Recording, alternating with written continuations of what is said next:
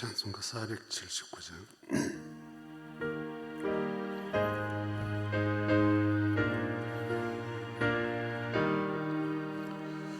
괴로운 인생길 가는 몸이 평안히 쉴 곳이 아주 없네. 걱정과 고생이 어디는 없으리. 돌아갈래 고향 하늘나라. 광야에 찬바람 불더라도 앞으로 남은 길 멀지 않네. 산 넘어 눈보라 세차게 불어도 돌아갈래 고향 하늘나라. 날 구원하신 주 못이 없고 영원한 영광을 누리리라. 거리던 성도들 한 자리 만나리. 돌아갈래 고향 하늘나라.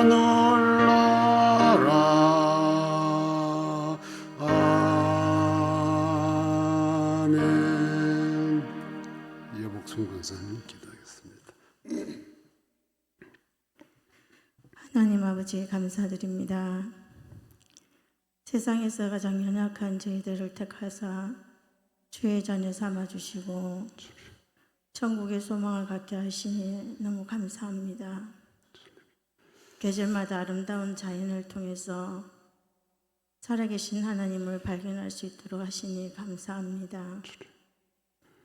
하나님 만드신 자연은 이 계절의 푸르름을 통하여 찬양을 하는데 저희들은 삶의 분주함으로 인하여 온전히 주님을 찬양하지 못하는 삶을 살았음을 용서하여 주시옵소서. 26년도 상반기 동안도 베풀어 주신 하나님의 크신 은혜에 감사를 드립니다. 우리의 삶들을 지켜주시고 필요한 것을 공급해 주시며 어려움 가운데서도 주님을 찾게 하여 주시고 여기 이 자리까지 인도하여 주심에 감사를 드립니다. 우리가 받은 은혜를 나누는 삶을 살 수 있게 하여 주시고 감사의 삶이 날마다 일어나게 하여 주시옵소서. 강변 가족들의 시간들 속에서도 늘 함께 하셨던 주님, 연약한 교우들의 기도 소리를 들어주시고 간절히 주님의 이름을 부르짖는 기도에 응답하여 주시옵소서. 건강의 문제로, 물질의 문제로, 직장의 문제로, 사람 관계의 문제로 여러 가지 다양한 문제를 가지고 부르짖을 때에 따라 이른 비 늦은 비를 주시는 하나님이심을 믿고 낙심치 말게 하여 주시옵소서. 이 시간 말씀을 듣겠습니다. 전하는 말씀은 하나이지만 듣는 이들의 형편과 사정에 적합한 대로 되새김되어서 삶에 잘 적용되게 하시고 평안한 한 주간 살아갈 수 있게 하여 주시옵소서. 말씀을 전하시는 목사님에게 성령의 충만함으로 채워주시고 피곤치 않게 하시며 주시고자 하시는 말씀을 잘 전가하실 수 있도록 도와주시옵소서. 감사를 드리며 예수님의 이름으로 기도드립니다. 아멘.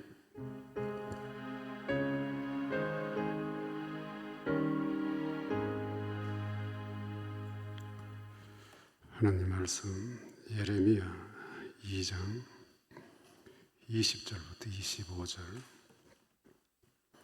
내가 옛적부터 내 멍에를 꺾고 내 결박을 끊으며 말하기를 나는 순종하지 아니하리라 하고 모든 높은 산 위에서와 모든 푸른 나무 아래에서 너는 몸을 굽혀 행음하도다.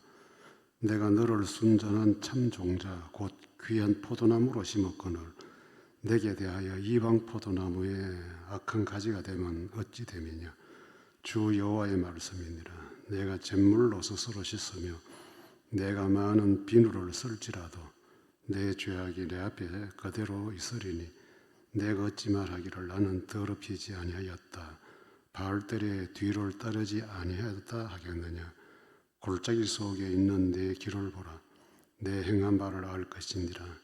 발이 빠른 안낙타가 그의 길을 어지러이 달리는 것과 같았으며 너는 광야에 익숙한 덜 암나귀들이 그들의 성욕이 일어나므로 헐떡거림 같았도다.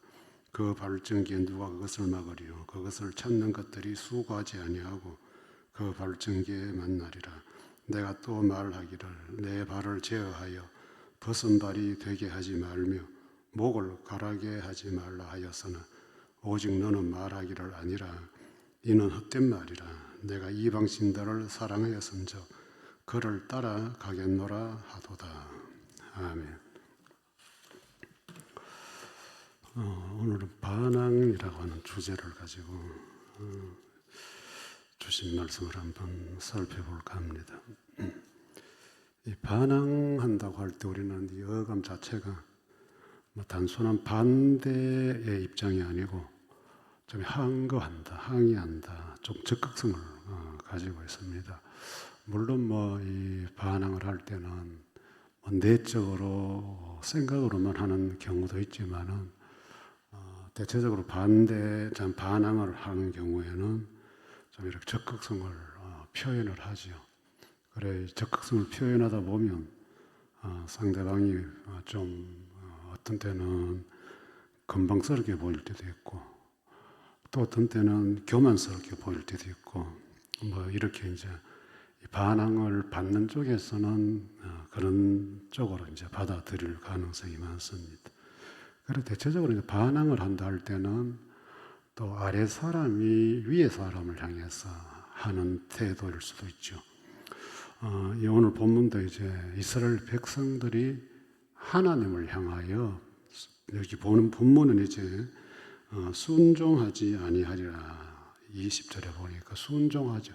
이제 성경적으로는 좀 순종인데 오늘 이 흐름은 단순히 불순종의 이야기가 아니고 이스라엘 백성들은 굉장히 적극적으로 하나님을 향해서 도전을 하고 있는 모습을 보여줍니다. 하나님은 이스라엘 백성들에게 참 그동안도 여전히 베풀고 품으시고 이렇게 하면서 제발 너희들 정신 좀 차리고 우상 숭배하지 마라, 나를 버리지 말아라 이렇게 하는데 오늘 이 성경을 보면 이제 완전히 하나님을 향해서 반항심을 두드러지게 강하게 드러내고 있습니다. 그리고 이런 것들이 이제 이 예레미야 선지자 시대 끝이 나면서 이제 이 남쪽 유다가 이제 멸망하게 되는 지름길로 접어들게 되는데 불순종이든 반항이든 그 결과는 여러분들 망하는 거예요. 다른 거 없어요. 그리고 오늘 이 성경을 통해서 혹시 우리에게는 어떤 반항적인 기질은 없는가 한번 살펴봤으면 싶어요. 아담의 후손은 어쩔 수 없는 이 불순종의 존재잖아요. 그런데 이제 우리가 이 신앙인으로 살면서도 어떤 경우는 순종도 하고 그러다 또 어떤 경우는 또 순종하지 못하고 그래 우리는 완벽한 불순종자는 아니죠. 이 표현은 다른 말로 하면 우리는 하나님을 향해서 반항은 하지 않는다. 생활이 좀 거기에서 불순종한 삶의 요소는 있지만은 하나님을 향해서는 눈 똑바로 뜨고 막 이래 하지는 않는다는 거죠. 그래서 이 반항은 좀 더 적극성을 갖고 있는 죄라고 볼 수 있어요. 그러니 본문에 이 반항의 성격 자체가 세 가지로 이렇게 볼 수 있는데, 뭐 이거는 우리 일상도 마찬가지예요. 우리도 누군가를 반항할 때는 이런 세 가지 영역에서 반항심이 나올 수 있거든. 첫째는 오늘 성경 보면 20절에 의도성을 가진 반항이에요. 뭐 이 의도라 하면 조금 계산적이라 할 수 있죠. 뻔히 알면서 이렇게 함으로 내가 좀 더 얻을 것이 있지 않냐. 이제 이런 쪽에 이제 반항이거든요. 그러니까 이제 하나님이 원하시는 대로 살면 내 개인에게 조금 뭔가 불이익이 올 수 있으니까 이거는 내가 하나님 앞에 순종할 수 없다. 이렇게 해서 이제 20절에 나는 순종하지 아니하리라. 왜? 순종하면 조금 내가 불이익을 당할 수 있으니까. 하나님의 말씀은 이렇지만은 나는 그 말씀 따를 수 없다. 이제 이런 이야기예요. 우리가 다 자녀를 다 양육하고 키워봤지만은 흔히 이제 사춘기라 해서 반항기라고 하는 어떤 시기가 있잖아요. 그때는 보면 그 자녀들이 부모들의 이 어떤 권면이나 또 부탁 이런 거 아주 의도적으로 반항심을 드러내잖아요. 좋은 것은 버리고 좋지 않은 걸 선택하는 게 참 이게 반항하는 사람들의 특징이에요. 이제 보통 어른들은 후대들에게 또 부모는 자식들에게 좋은 것을 하라고 시키는 거지, 그럼 잘못되게 하는 일은 안 시킨단 말이에요. 다 살아온 세월에 따라서 그렇게 살면 너희가 손해본다, 너 그렇게 하면 안 된다, 이런 식으로. 그런데 이제 이 사춘기나 이제 어떤 반항심을 가진 사람들은 의도적으로 그런 거 싫다, 난 그렇게 살고 싶지 않다, 이제 이렇게 하면서 대드는 거죠.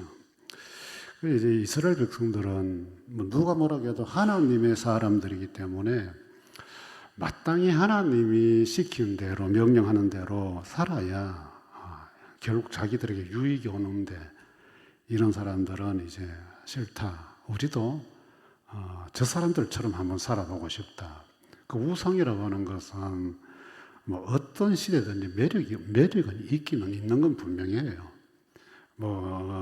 하나님이 주신 계명이나 율법이나 이런 굴레 자체가 우상에게는 그렇게 없기 때문에 굉장히 매력적으로 보일 수 있는 부분이 있어요.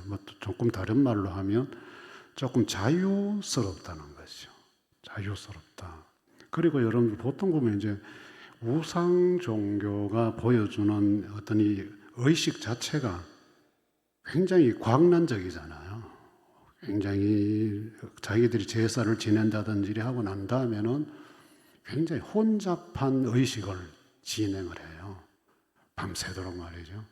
그런 것들이 이제 어떻게 보면 하나님 앞에서 경건하게, 엄숙하게 이렇게 계명에 순종만 요구받던 사람들이 볼 때는 우리도 저래야 하면 안 좋나 이래 되는 거죠.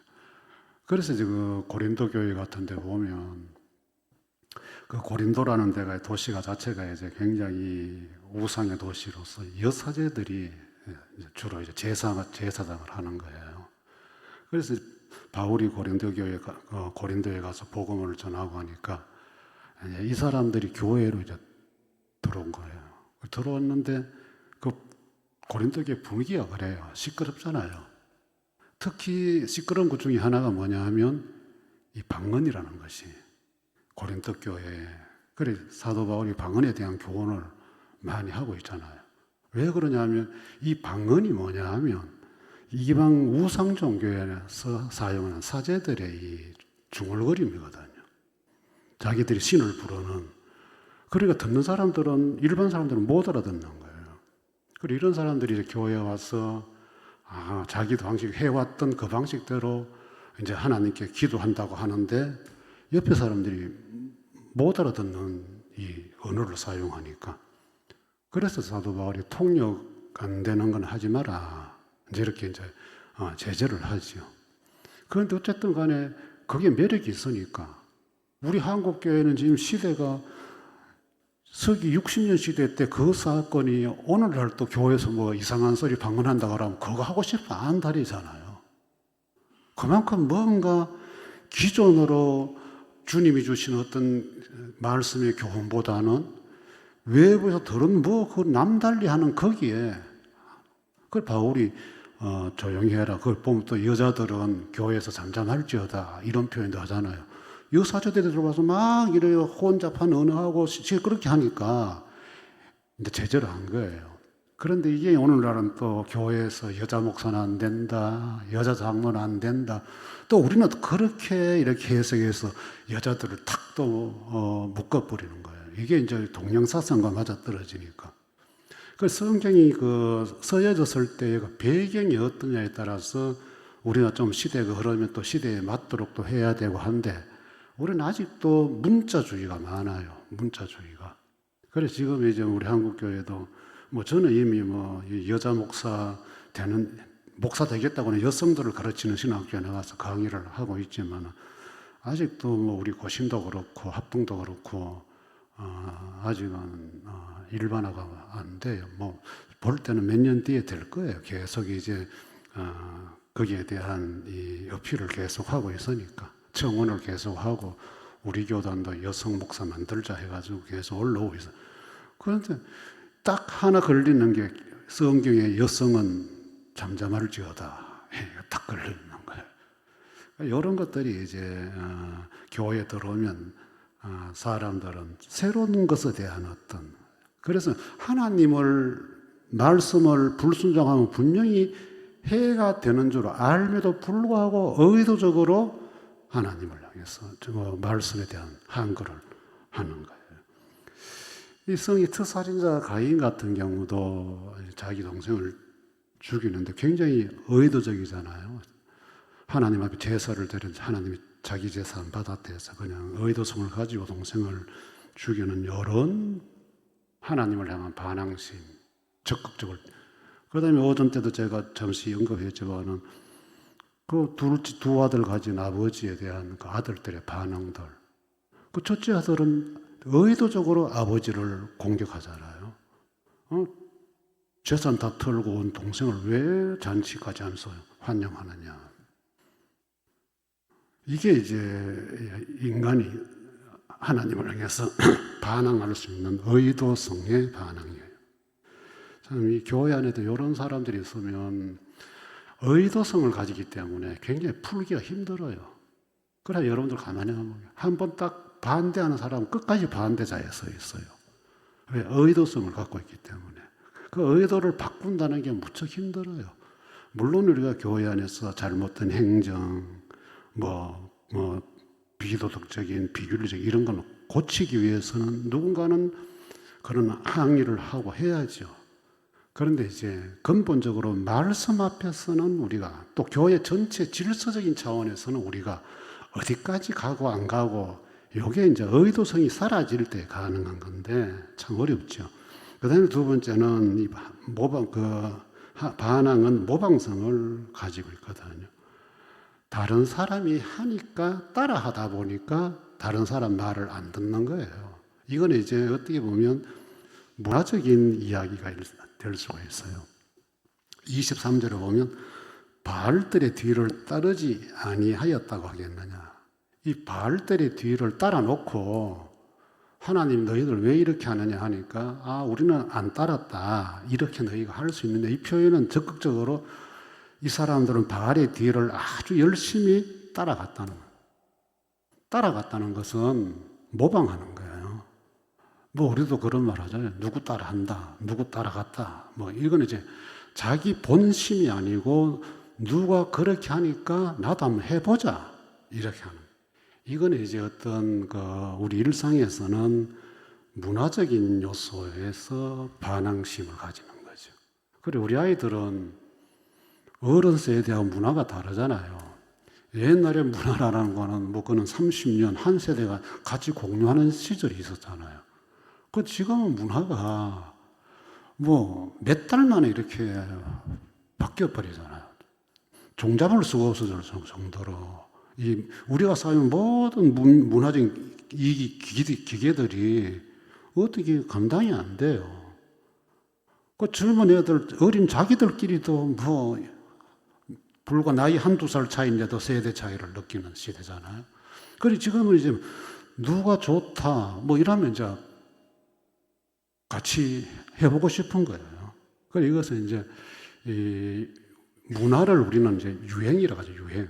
그래서 노래도 세상 노래를 유행가를 하는 이유도 이건 정착된 노래가 아니고 맞춰서 흘러가는 노래이기 때문에 사라지는 노래죠.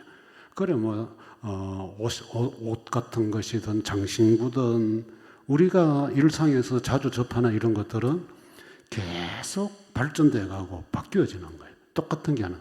그리고 이런데 빨리빨리 이제 이렇게 익숙해지는 사람들은 이 문화에 접속돼가 빨리 되는 거죠. 굉장히 빠르게 따라가면서 적응하는 거잖아요.